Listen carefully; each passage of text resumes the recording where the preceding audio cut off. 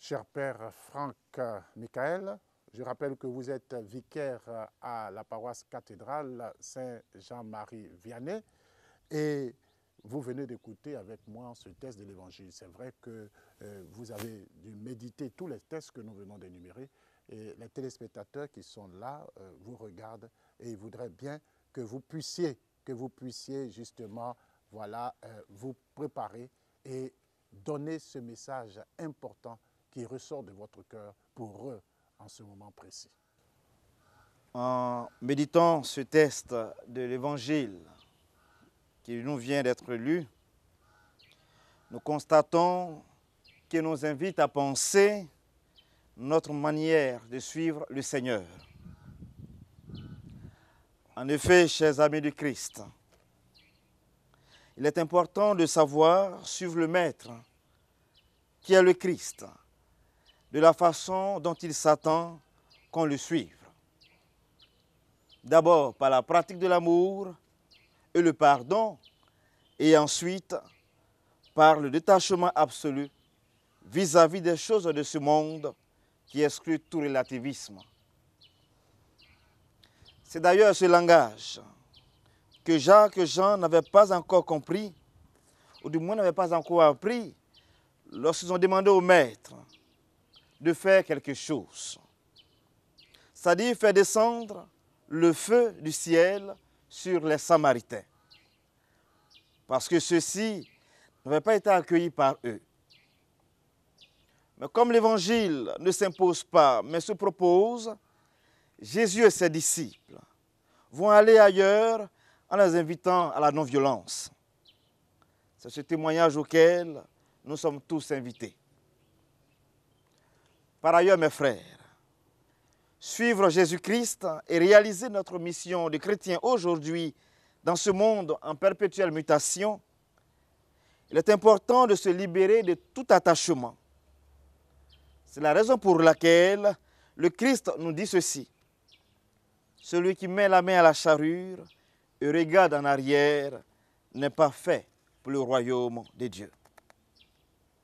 Partant, mes frères, souvenons-nous de l'appel aux catholiques du pape Saint Jean-Paul II de vénérer mémoire, qui invitait les chrétiens à être missionnaires de l'Évangile à travers le dialogue et le pardon. Car la mission pour lui est d'abord annonce de pardon. C'est ainsi que nous témoignerons de notre amour à l'égard de son cœur vis-à-vis de chacun d'entre nous. Bien-aimés de Dieu, seul l'amour de Dieu est capable de rassembler la famille des hommes et de toute race ainsi que culture.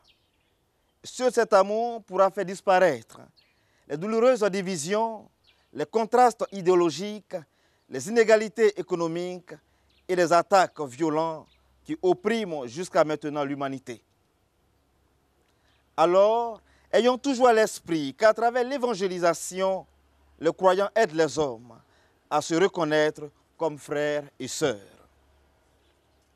Chers tous, si nous nous sentons réellement frères et sœurs dans ce pays qui semble en crise de repères, nous pourrons commencer à comprendre et à dialoguer avec respect. Car en effet, l'effort pour un dialogue attentif et respectueux est une condition pour un témoignage authentique de l'amour rédempteur de Dieu. Car qui pardonne ouvre son cœur aux autres et sera capable d'aimer.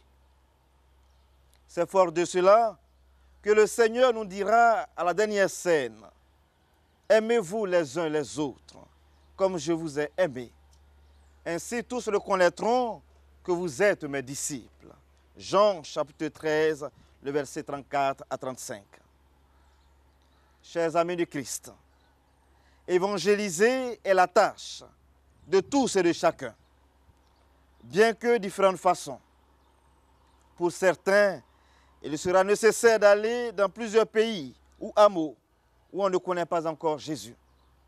Pour d'autres, en revanche, il sera nécessaire d'évangéliser son entourage.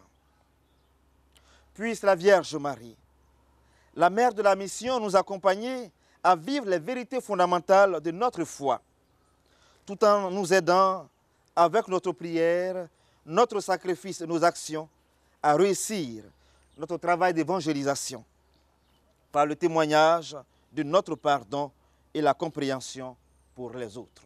Ainsi soit-il. Amen. Merci, Père Franck Michael. Quand on vous écoute, c'est comme si on te disait, c'est par le témoignage d'amour que nous devons amener les gens à Christ. Effectivement. Nous devons évangéliser par notre comportement. Effectivement. C'est par notre comportement que nous devons attirer les gens à l'Église et même dans notre foi. Effectivement. Mais alors, il y a une raison, parce que dans l'évangile que nous venons d'écouter, on dit qu'ils allaient parce que Jésus les avait envoyés là. Et ils vont, et voyant qu'ils se dirigeaient vers Jérusalem, les gens lui disent qu'ils ne les reçoivent pas. Et ils disent, Seigneur, veux-tu que nous ordonnions qu'un feu tombe du ciel et les détruise? Mais Jésus, se retournant, les réprimanda. Puis il partit pour un autre village. Alors, dans la deuxième lecture, nous lisons ceci aussi. Tenez bon, ne vous mettez pas de nouveau sous le joug de l'esclavage. Vous, frères, vous avez été appelés à la liberté, mais que cette liberté ne soit pas un prétexte pour votre égoïsme. Au contraire, mettez-vous par amour au service les uns des autres. Est-ce que vous pensez que c'est l'égoïsme qui pousse les gens à imposer leur voix aux autres dans cette évangélisation ou bien dans cette annonce de la parole de Dieu? Je ne vois pas les choses ainsi. Pour moi, même si l'égoïsme participe à la chose, mais c'est notre bon vouloir, très souvent de vouloir paraître. De vouloir paraître. Et donc, en tant que tel, nous voulons forcément tellement être bien vus que nous voyons les autres comme des personnes mauvaises, des personnes de mauvaise réputation. Alors que si nous brandissons cette manière de voir les autres au devant de toutes choses, notre mission va toujours aller d'échec en échec, d'échec en échec. Alors, c'est vrai, notre liberté joue un grand rôle, mais que cette liberté-là ne soit pas objet d'emprisonnement. Tout à l'heure, on a dit que l'évangile se propose, ça ne s'impose pas. Même le Christ n'a pas imposé sa venue lorsqu'il visitait les villages et les villes aux gens, non. Quand il arrivait là où on accueillait, il restait là. Il annonçait ce qu'il avait annoncé. Là, il guérissait les malades.